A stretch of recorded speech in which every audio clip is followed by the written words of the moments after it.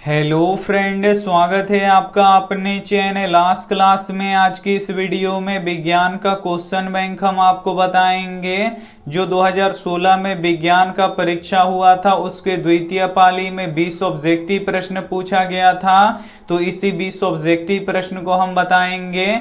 और जितना भी प्रीवियस ईयर ऑब्जेक्टिव प्रश्न बताते हैं वो आपके फाइनल बोर्ड परीक्षा के लिए काफी महत्वपूर्ण है, तो एक भी प्रश्न आप लोग स्किप मत कीजिएगा। वीडियो को प्लीज आप लोग शुरू से लेके अंत तक देखिएगा।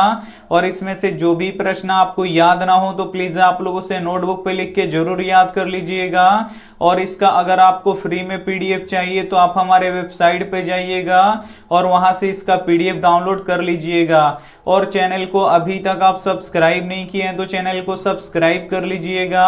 और सब्सक्राइब करने के बाद एक बेल आइकन आता है, तो बेल आइकन को दबा के ऑल पे कर लीजिएगा, ताकि जब भी लाइव क्लास हो तो आपके पास नोटिफिकेशन पहुंचता रहे। तो आइए शुरू करते हैं पहले नंबर प्रश्न से। तो पहला नंबर प्रश्न है कि समतल दर्पण द्वारा बना प्रतिबिंब होता है। ए ऑप्शन है काल्पनिक, बी ऑप्शन है वास्तविक, सी ऑप्शन है दोनों, डी ऑप्शन है इनमें से कोई नहीं। तो यहाँ पे आपको बताना है कि समतल दर्पण द्वारा बना प्रतिबिंब होता है तो काल्पनिक होता है, इसे आपको याद रखना है। यहाँ पे ए वाला ऑप्शन बिल्कुल ही सही हो जाएगा। और जो काल्पनिक प्रतिबिंब होता है ये सीधा होता है, इसे आपको याद रखना है। और काल्पनिक प्रतिबिंब को हम पर्दे पे नहीं उतार सकते हैं, इसे आपको याद रखना है। और जो वास्तविक प्रतिबिंब होता है ये उल्टा होता है, और वास्तविक प्रतिबिंब को हम पर्दे पे उतार सकते हैं, तो ये भी साथ में आपको याद रखना है। आइए देखते हैं अगला प्रश्न, 2 नंबर प्रश्न है कि मानव नेत्र में किस प्रकार का लेंस पाया जाता है। ए ऑप्शन है उत्तल लेंस, बी ऑप्शन है अवतल लेंस, सी ऑप्शन है वलयाकार लेंस, डी ऑप्शन है बाइफोकल लेंस। तो यहाँ पे आपको बताना है कि मानव नेत्र में किस प्रकार का लेंस पाया जाता है। तो मानव नेत्र में उत्तल लेंस पाया जाता है, इसे आपको याद रखना है। यहाँ पे ए वाला ऑप्शन बिल्कुल ही सही हो जाएगा। और मानव नेत्र में किसी वस्तु का प्रतिबिंब किस भाग पे बनता है, तो रेटिना या दृष्टि पटल पर बनता है, तो ये भी साथ में आपको याद रखना है। आइए देखते हैं अगला प्रश्न, 3 नंबर प्रश्न है कि निकट दृष्टि दोष को दूर करने के लिए किस लेंस का व्यवहार होता है। ए ऑप्शन है उत्तल लेंस का, बी ऑप्शन है अवतल लेंस का, सी ऑप्शन है बेलनाकार लेंस का, डी ऑप्शन है इनमें से कोई नहीं। तो यहाँ पे आपको बताना है कि निकट दृष्टि दोष को दूर करने के लिए किस लेंस का व्यवहार होता है। तो निकट दृष्टि दोष को दूर करने के लिए अवतल लेंस का उपयोग किया जाता है, इसे आपको याद रखना है। यहाँ पे बी वाला ऑप्शन बिल्कुल ही सही हो जाएगा। और दूरदृष्टि दोष को दूर करने के लिए उत्तल लेंस का उपयोग किया जाता है, तो ये भी साथ में आपको याद रखना है। आइए देखते हैं अगला प्रश्न, 4 नंबर प्रश्न है कि विभवांतर मापने वाले यंत्र को कहा जाता है। ए ऑप्शन है आमीटर, बी ऑप्शन है वोल्टमीटर, सी ऑप्शन है गैल्वेनोमीटर, डी ऑप्शन है इनमें से कोई नहीं। तो यहाँ पे आपको बताना है कि विभवांतर मापने वाले यंत्र को कहा जाता है। तो विभवांतर मापने वाले यंत्र को वोल्टमीटर कहा जाता है, इसे आपको याद रखना है। यहाँ पे बी वाला ऑप्शन बिल्कुल ही सही हो जाएगा। और आमीटर से क्या मापा जाता है, तो विद्युत धारा को आमीटर से मापा जाता है, तो ये भी साथ में आपको याद रखना है। आइए देखते हैं अगला प्रश्न, 5 नंबर प्रश्न है कि आमीटर को विद्युत परिपथ में कैसे जोड़ा जाता है। ए ऑप्शन है श्रेणी क्रम में, बी ऑप्शन है पार्श्वबद्ध क्रम में, सी ऑप्शन है दोनों क्रम में, डी ऑप्शन है इनमें से कोई नहीं। तो यहाँ पे आपको बताना है कि आमीटर को विद्युत परिपथ में कैसे जोड़ा जाता है। तो श्रेणी क्रम में जोड़ा जाता है, इसे आपको याद रखना है। यहाँ पे ए वाला ऑप्शन बिल्कुल ही सही हो जाएगा। और वोल्टमीटर को कैसे जोड़ा जाता है, तो पार्श्वबद्ध यानी समानांतर क्रम में जोड़ा जाता है, तो ये भी साथ में आपको याद रखना है। काफी महत्वपूर्ण 20 प्रीवियस ईयर ऑब्जेक्टिव प्रश्न आपको बताएंगे जो आपके फाइनल बोर्ड परीक्षा के लिए काफी महत्वपूर्ण रहेगा। तो एक भी प्रश्न आप लोग स्किप मत कीजिएगा। वीडियो को प्लीज आप लोग शुरू से लेके अंत तक देखिएगा। और वीडियो को अभी तक आप लाइक नहीं किए हैं तो प्लीज आप लोग वीडियो को लाइक कर दीजिएगा। और अभी तक आप हमारे व्हाट्सएप ग्रुप में नहीं जुड़े हैं तो ये हमारा व्हाट्सएप नंबर है, इस पे आपको बोल देना है कि सर हमें ग्रुप में जोड़ दीजिए, तो हम आपको ग्रुप में जोड़ देंगे। आइए देखते हैं अगला प्रश्न, 6 नंबर प्रश्न है कि विद्युत धारा का एसआई मात्रक क्या होता है। ए ऑप्शन है वोल्ट, बी ऑप्शन है कूलम्ब, सी ऑप्शन है वाट, डी ऑप्शन है एम्पियर। तो यहाँ पे आपको बताना है कि विद्युत धारा का एसआई मात्रक क्या होता है, तो विद्युत धारा का एसआई मात्रक एम्पियर होता है, इसे आपको याद रखना है। यहाँ पे डी वाला ऑप्शन बिल्कुल ही सही हो जाएगा। और विद्युत शक्ति का एसआई मात्रक क्या होता है, वाट होता है, इसे आपको याद रखना है। और विद्युत आवेश का एसआई मात्रक क्या होता है, कूलाम्ब होता है, इसे आपको याद रखना है। और विद्युत विभव और विद्युत विभवांतर का एसआई मात्रक क्या होता है, वोल्ट होता है, तो ये भी साथ में आपको याद रखना है। आइए देखते हैं अगला प्रश्न 7 नंबर। 7 नंबर प्रश्न है कि किस लेंस के द्वारा सिर्फ काल्पनिक प्रतिबिंब बनता है। ए ऑप्शन है उत्तल लेंस, बी ऑप्शन है अवतल लेंस, सी ऑप्शन है बाइफोकल लेंस, डी ऑप्शन है इनमें से कोई नहीं। तो यहाँ पे आपको बताना है कि किस लेंस के द्वारा सिर्फ काल्पनिक प्रतिबिंब बनता है, तो अवतल लेंस के द्वारा बनता है, इसे आपको याद रखना है। यहाँ पे बी वाला ऑप्शन बिल्कुल ही सही हो जाएगा। आइए देखते हैं अगला प्रश्न 8 नंबर। 8 नंबर प्रश्न है कि रक्त लाल किस कारण से दिखाई देता है। ए ऑप्शन है प्लेटलेट्स के कारण से, बी ऑप्शन है हीमोग्लोबिन के कारण से, सी ऑप्शन है डब्ल्यूबीसी के कारण से, डी ऑप्शन है थ्रोम्बोसाइट के कारण से। तो यहाँ पे आपको बताना है कि रक्त लाल किस कारण से दिखाई देता है। तो जो रक्त होता है ये लाल किस कारण से दिखाई देता है, तो ये हीमोग्लोबिन के कारण से दिखाई देता है, इसे आपको याद रखना है। यहाँ पे बी वाला ऑप्शन बिल्कुल ही सही हो जाएगा। और हीमोग्लोबिन में आयरन नामक तत्व पाया जाता है, इसे आपको याद रखना है। और रक्त का पीएच मान कितना होता है, तो 7.4 होता है, इसे भी साथ में आपको याद रखना है। आइए देखते हैं अगला प्रश्न 9 नंबर। 9 नंबर प्रश्न है कि इलेक्ट्रॉन के स्थानांतरण से बने यौगिक कहलाते हैं। ए ऑप्शन है सहसंयोजी, बी ऑप्शन है वैद्युत संयोजी, सी ऑप्शन है कार्बनिक, डी ऑप्शन है इनमें से कोई नहीं। काफी महत्वपूर्ण प्रश्न है ये आपके बोर्ड परीक्षा के लिए।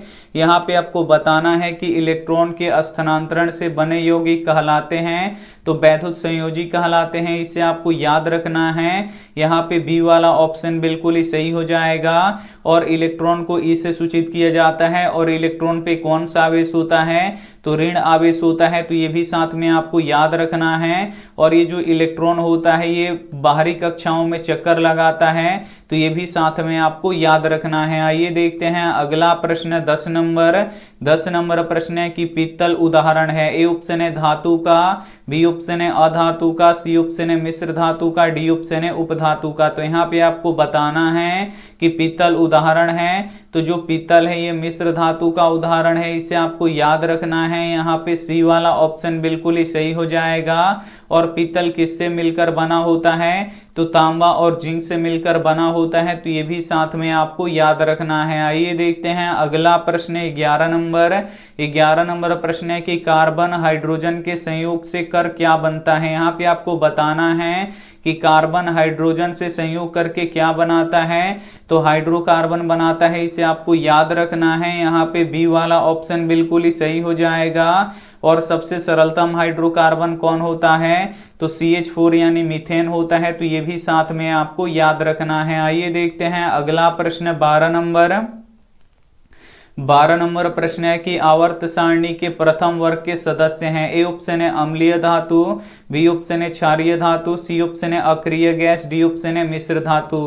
तो यहाँ पे आपको बताना है कि आवर्त सारणी के प्रथम वर्ग के सदस्य हैं, तो क्षारीय धातु हैं, इसे आपको याद रखना है। यहाँ पे बी वाला ऑप्शन बिल्कुल ही सही हो जाएगा। और दूसरे वर्ग के तत्वों को क्या कहा जाता है, तो क्षारीय मृदा धातु कहा जाता है, तो ये भी साथ में आपको याद रखना है। आइए देखते हैं अगला प्रश्न 13 नंबर।